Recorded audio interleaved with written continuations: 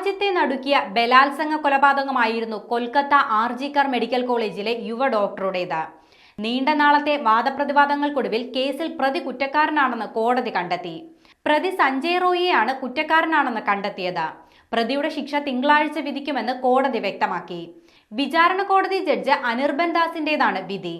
CBIയുടെ പ്രാഥമിക കുറ്റപത്രത്തെ അടിസ്ഥാനമാക്കിയാണ് വിധി പറയുക. കഴിഞ്ഞ വർഷം ഓഗസ്റ്റ് 9-ാം തീയതിയാണ് യുവ ഡോക്ടറെ പ്രതി ക്രൂരമായി ബലാത്സംഗത്തിനിരയാക്കി കൊലപ്പെടുത്തിയത്.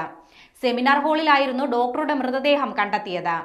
സംഭവത്തിന് പിന്നാലെ ഓഗസ്റ്റ് 10-ന് തന്നെ പ്രതി സഞ്ജയ് റോയിയെ കസ്റ്റഡിയിൽ എടുക്കുകയും ചെയ്തു. ഓഗസ്റ്റ് 13-ന് കൊൽക്കത്ത ഹൈക്കോടതിയുടെ നിർദ്ദേശപ്രകാരം അന്വേഷണം പോലീസിൽ നിന്നും CBIക്ക് കൈമാറി. തുടർന്ന് 25 അംഗ ടീമിനെ CBI രൂപീകരിച്ചു. സംഭവത്തിന് പിന്നാലെ പ്രിൻസിപ്പൽ സന്ദീപ് ഘോഷ് രാജിവെക്കുകയും ചെയ്തു. സംഭവം അറിഞ്ഞിട്ടും ഉടനടി പോലീസിനെ അറിയിച്ചില്ലെന്നും ശരീരത്തിൽ വസ്ത്രമില്ലാതെ മുറിവുകളോടുകൂടി അതിജീവിതയെ കണ്ടിട്ടും ആത്മഹത്യയായി അവതരിപ്പിച്ചുവെന്നതടക്കമുള്ള ഗുരുതര വീഴ്ചയിൽ സന്ദീപ് ഘോഷിന്റെ നുണപരിശോധനയും പോലീസ് നടത്തിയിരുന്നു. നവംബർ 29-ന് ആർജിക്കർ മെഡിക്കൽ കോളേജിലെ സാമ്പത്തിക ക്രമക്കേടിൽ സന്ദീപ് ഘോഷിനെ പ്രതി ചേർത്തും CBI കുറ്റപത്രം സമർപ്പിച്ചു.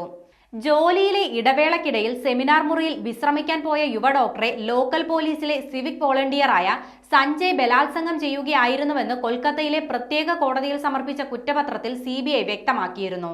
കുറ്റപത്രത്തിൽ കൂട്ടബലാത്സംഗത്തെക്കുറിച്ച് പരാമർശിക്കാത്തതിനാൽ സഞ്ജയ് റോയ് ഒറ്റയ്ക്കാണ് അക്രമം നടത്തിയതെന്നാണ് സൂചിപ്പിക്കുന്നത്. മറ്റൊരു ജൂനിയർ ഡോക്ടറായിരുന്നു യുവതിയെ മരിച്ച നിലയിൽ കണ്ടെത്തിയത്. പോസ്റ്റ്മോർട്ടം റിപ്പോർട്ടിലൂടെ പീഡനത്തിനിരയായി കൊലപ്പെടുത്തിയതാണെന്ന് വ്യക്തമാവുകയായിരുന്നു. യുവ ഡോക്ടറുടെ ശരീരത്തിൽ ആന്തരികമായി 25 മുറിവുകളും ശരീരത്തിന് പുറത്ത് പരിക്കുകളുമുണ്ടെന്ന് പോസ്റ്റ്മോർട്ടത്തിൽ വ്യക്തമായിരുന്നു. രാജ്യവ്യാപകമായി ഡോക്ടർമാർ തെരുവിൽ പ്രതിഷേധത്തിനിറങ്ങിയ കേസായിരുന്നു യുവ ഡോക്ടറുടെ കൊലപാതകം. സംഭവത്തിൽ പ്രതിഷേധിച്ച് നിരവധി ഡോക്ടർമാർ ആർജിക്കർ ആശുപത്രിയിൽ നിന്ന് രാജിവെക്കുകയും ചെയ്തിരുന്നു. മുഖ്യമന്ത്രി മമതാ ബാനർജിയുടെ രാജി ആവശ്യപ്പെട്ടും നിരവധി രാഷ്ട്രീയ പാർട്ടികൾ രംഗത്തെത്തിയിരുന്നു.